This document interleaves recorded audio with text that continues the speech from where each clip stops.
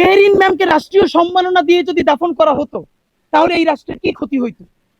এই রাষ্ট্রের এত বুদ্ধি, সেই যে আঞ্চলিক কার্যালয় বসায়, এটা করে সেটা করে, এটুকুন বুদ্ধি হইল না? মেহেরিন ম্যাম উনি শিক্ষক, উনি বেঁচে যেতে পারতেন, বাচ্চাগুলোর বাঁচাইতে গিয়ে জীবনটা শেষ করে দিল। ওনাকে রাষ্ট্র সম্মান না জানালে কার সম্মান জানাবে?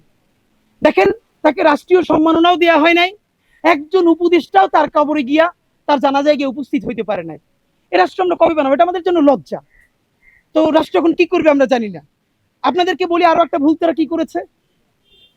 এই যে ইন্টারমিডিয়েটের পরীক্ষা চলতেছে, এইচএসসি পরীক্ষা, দেখেন এখানে যারা নিহত হয়েছে, আহত হয়েছে, এদের অনেক ভাই বোন তারাও তো নিশ্চয়ই এখন আছে। তো যার ভাই, যার বোন, খুব কাছের রিলেটিভ এইভাবে মরে গেছে, সে কিভাবে পরের দিন এইচএসসি পরীক্ষায় বসবে?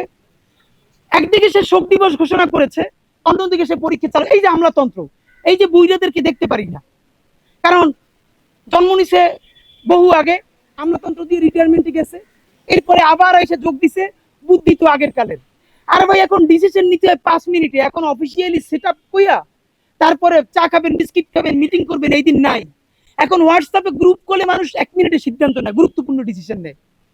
আপনি শোক দিবস ঘোষণা করেছেন, আপনি সাথে সাথে কি করবেন? সারা বাংলাদেশে পরের দিন শিক্ষা প্রতিষ্ঠানকে আপনি দোয়ার আয়োজন করতেন, যে সকল শিক্ষা প্রতিষ্ঠানে দোয়া হবে, ক্লাস হবে না, শেষ। ঢাকা বোর্ডে আপনি পরের দিন পরীক্ষা স্থগিত করে দিতেন, সারা বাংলাদেশে দরকার নাই, শুধু ঢাকা বোর্ডে, যে ঢাকা বোর্ডে সবাই দোয়া করবে, পরীক্ষা স্থগিত না। একদিকে আপনি শোক দিবস ঘোষণা করলেন, এই দগদগে আমরা তো জানি না এখানে কার কার আত্মীয় এইচএসসি পরীক্ষার্থী।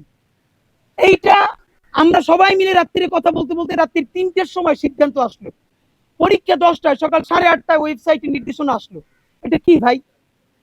এইটার কারণেই তো পরবর্তী দিন দেখেন ছাত্রলীগ, গুন্ডালীগ গুলো গাজীপুর থেকে আরো বিভিন্ন জেলা থেকে লোকগুলো পাঠাইয়া আমাদের মাইলস্টোনের শিক্ষার্থীরা যখন শান্তিপূর্ণ আন্দোলন করতেছে, সেইখানে সেগুলো ঢুকিয়া তারা কোথার মধ্যে কি বলে, আমরা হাসিনের ফিরিয়ে আনবো। কত বড় বদমাইশ দেখেন।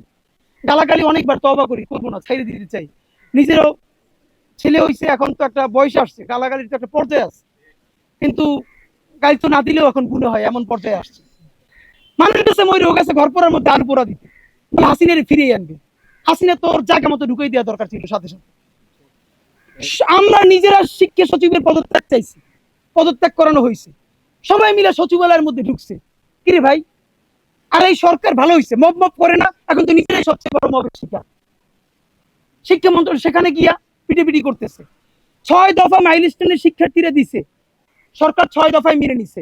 দেখেন, জনতার রাষ্ট্র যে একটু একটু প্রতিষ্ঠিত হয়েছে তার প্রমাণ হইলো অনেকে জিনিসটা ধরে নাই।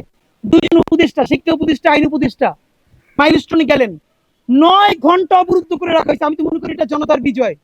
দেখেন, রাষ্ট্রের হাতে এতটুকুন ক্ষমতা আছে, চাইলে ওখানে পিটিপিটি করে তাদেরকে বের করে নিয়ে আসতে পারতো, এটা তো সরকারের এই ক্ষমতা ছিল। কিন্তু এই যে সেইটা না করে 9 ঘন্টা তারা অবরুদ্ধ থাকলেন জনতার কাছে, এই যে ক্ষমতাসীনরা জনতার কাছে ছোট হয়ে থাকা, এইটাই জনতার রাষ্ট্র। এই রাষ্ট্রই আমরা বানাইতে চাই। আমরা বিএনপিরে বলতে চাই, আপনারাও যদি এরকম ভুল করেন, জনতা আপনাদেরকে আটকাবে, তখন ছাত্রদল, যুবদল পাঠাইয়া বা জামাতের কেউ আটকা পড়লে শিবির বা জামাতের পাঠাইয়া পিটাপিটি করে মুক্তি পাওয়া যাবে না। বুঝাইতে হবে, হাত পা ধরতে হবে, প্রয়োজনে একদিন অবরুদ্ধ থাকতে হবে, তারপর বেরিয়ে আসতে হবে। এটাই জনতার রাষ্ট্র, এই রাষ্ট্রটাই আমরা চাই। এবং আমরা সরকারকে ধন্যবাদ জানাইতে চাই যে তারা শত ঝুঁকি থাকা সত্ত্বেও মাইলস্টোনে গেছেন এবং অবরুদ্ধ থেকেছেন। এটা তো একটা, আমরা তাদের প্রশংসা করছি।